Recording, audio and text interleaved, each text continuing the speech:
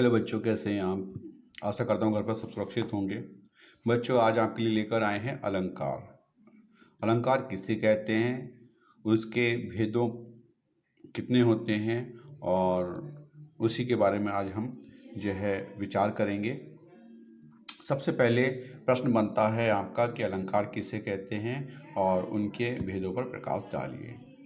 तो बात करते हैं अलंकार। वैसे तो प्राचीन काल में जो स्त्रियाँ आभूषण पहनती थी उन्हीं को ही अलंकार की उपमा दी जाती थी। यहाँ पर अलंकार का हम आपको अर्थ बता के चलते हैं कि अलंकार शब्द अलम प्लस कार शब्दों के योग से बना है। यहाँ अलम का अर्थ है आभूषण तथा कार का अर्थ है वाला, अर्थात जो अलंकृत करे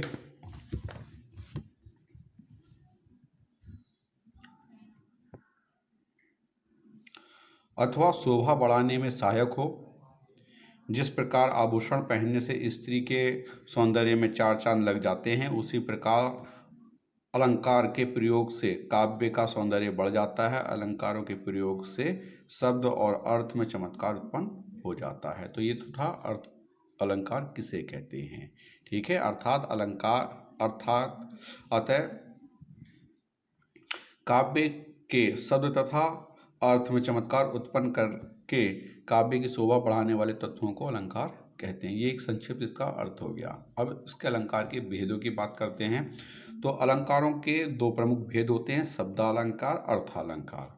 शब्दालंकार वे अलंकार होते हैं जिनसे शब्दों में जो है काव्य की सौंदर्यता बढ़ती है, और अर्थालंकार अर्थात शब्दों के अर्थों में जो चमत्कार उत्पन्न होता है वो अर्थालंकार कहलाते हैं। विशेष से आपके पाठ में जो केवल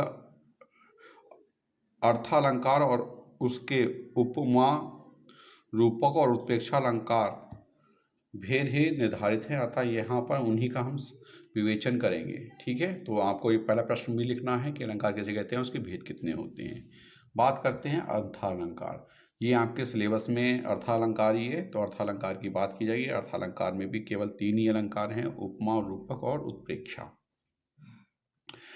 अर्थालंकार परिभाषा है अर्थालंकार की कि अर्थ में चमत्कार उत्पन्न करने वाले अलंकार अर्थालंकार कहलाते हैं। अर्थालंकार कई प्रकार के होते हैं, जिनमें मुख्य रूपक, उपमा, रूपक और उत्प्रेक्षा अलंकार हैं। ठीक है, तो अब हम जो है शुरू से बात लेकर चलते हैं उपमा अलंकार से कि उपमा अलंकार क्या है। उपमा अलंकार के चार अंग कौन कौन से हैं, उदाहरण देकर स्पष्ट कीजिए। तो हम यहाँ पर उपमा अलंकार की बात करते हैं सीधी परिभाषा से। जहाँ पर किसी वस्तु या व्यक्ति की उपमा किसी अन्य व्यक्ति या वस्तु से उपमान से किसी समान धर्म, गुण आदि के आधार पर समानता बताई जाए, वह उपमा अलंकार होता है। उपमा अलंकार के चार अंग हैं। कौन कौन से अंग हैं? उपमेय जिसकी उपमा दी जाए उसे उपमेय कहते हैं।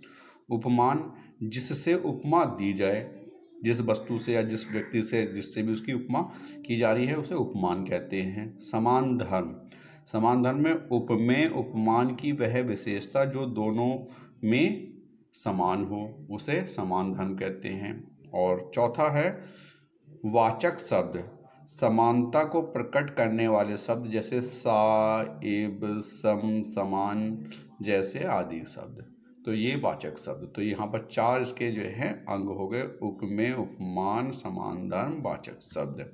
अब उदाहरण के लिए यहाँ पर हमारे पास एक उदाहरण है, मुख मयंक सम मंजू मनोहर। देखो ऊपर मैंने अभी आपको बताया था कि वाचक शब्द जो हैं जैसे सा, एब, सम, तो सम यहाँ पर आ गया है। मुख मयंक सम मंजू मनोहर, इसी से आपको पहचान हो जाएगी कि ये जो है उपमा अलंकार है। यहाँ पर मुख की तुलना सुंदर चंद्रमा से की गई है, अतः यहाँ उपमा अलंकार है।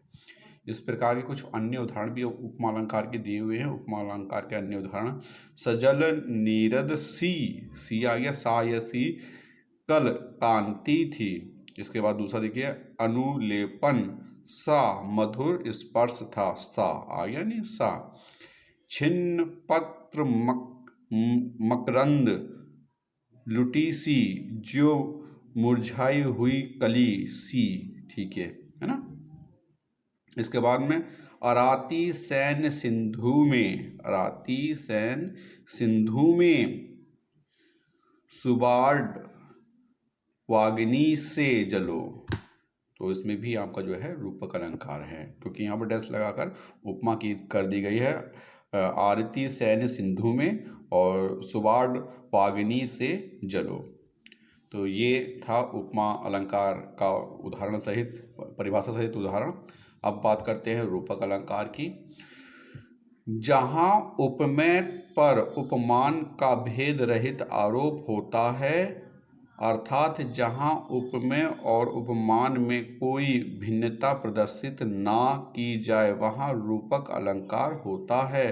अर्थात चरण कमल बंदो हरिराई, तो जो चरण हैं वो कमल के ही समान हैं। रूपक के अन्य उदाहरण हैं मुनि पद कमल बंदी दोह भ्राता। दूसरा उदाहरण है भज मन चरण कंवल अविनाशी। बंद नहीं अब भी चलते हैं नीति नति के कार्यकलाप।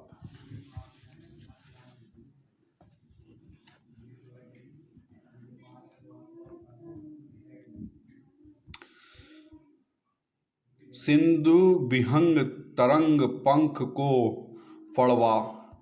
फड़काकर प्रति क्षण में अपने अनल विशिख से प्रकाश जगमगा दे। तो यहाँ पर कई सारे उदाहरण जो हैं रूपक अलंकार के हैं, जहाँ पर उपमेय में उपमान का भेद रहित आरोप हो, यानी कि कोई भेद ना हो, भेद रहित आरोप हो, वहाँ पर जो है रूपक अलंकार होता है। तीसरा अलंकार है आपके कोर्स में उत्प्रेक्षा अलंकार। जहाँ उपमेय में उपमान की संभावना की जाए, यहाँ पर क्या है संभावना, उपमेय में उपमान की संभावना की जाए, वहाँ पर उत्प्रेक्षा अलंकार होता है। जैसे कि उदाहरण दिया है सोहत ओढ़े पितुपटु श्याम सलोने गात, मानो नीलगिरी शैल पर आप आतपु प्रायो प्रभात। यहाँ पर मैं आपको एक छोटी सी इसका एक वो और बता के चलता हूँ उत्प्रेक्षा अलंकार की पहचान के लिए, कि इनमें जानो मानो जैसो तेसो शब्दों का इस्तेमाल किया जाता है। ये इसकी पहचान करने में बहुत सहायक होते हैं। जानो मानो जैसो तैसो, जैसे कि सोहत ओढ़े पिटपटु श्याम सलोने गाथ मानो, देखो यहाँ पर मानो शब्द है, मानो नीलमणि शैल पर आतपु परायो प्रभात। उपयुक्त उदाहरण में श्री कृष्ण के शरीर श्याम शरीर उपमेय पर नीलमणियों के पर्वत उपमान की, तथा पटु उपमेय पर प्रभात की धूप उपमान की संभावना की गई है। उत्प्रेक्षा को व्यक्त करने के लिए प्रायः मनु मनुहु मानो जनुहु जनु जन जानहु जानो आदि वाचक शब्दों का प्रयोग किया जाता है। यहाँ पर एक और उदाहरण मैं आपको बता देता हूँ उत्प्रेक्षा के अन्य उदाहरण। धाये धाम काम सब त्यागी, मनुहु रंक निधि लूटन लागी। मोर मुकुट की चंद्र कनु यों राजत नंद नंद, मानु शीस शेखर की अकस किए शेखर सतचंद। तो यहाँ पर देखिए मनु, यहाँ पर मनहु, इन शब्दों से ही जो है उत्प्रेक्षा अलंकार का आभास होने का यहाँ पर क्लियर हो जाता है कि हाँ यहाँ पर इन तरह के काव्यों में जो है काव्य रचनाओं में या काव्य पंक्तियों में उत्प्रेक्षा अलंकार है। तो बच्चों आपको मैंने अर्थालंकार के तीनों ही रूप पढ़ाए हैं। आपको इन तीनों रूपों की परिभाषा और उदाहरण सहित लिखनी है। यही आपका कार्य है। सबसे पहले आपको जो है उपमालंकार की परिभाषा और उसके उदाहरण लिखना है। उसके बाद में रूपक अलंकार और उसकी परिभाषा लिखनी है। फिर आपको जो है उत्प्रेक्षा अलंकार की परिभाषा और उसके उदाहरण लिखने हैं। यही आपका होमवर्क है। तो आज के लिए बच्चों इतना ही। Have a nice day.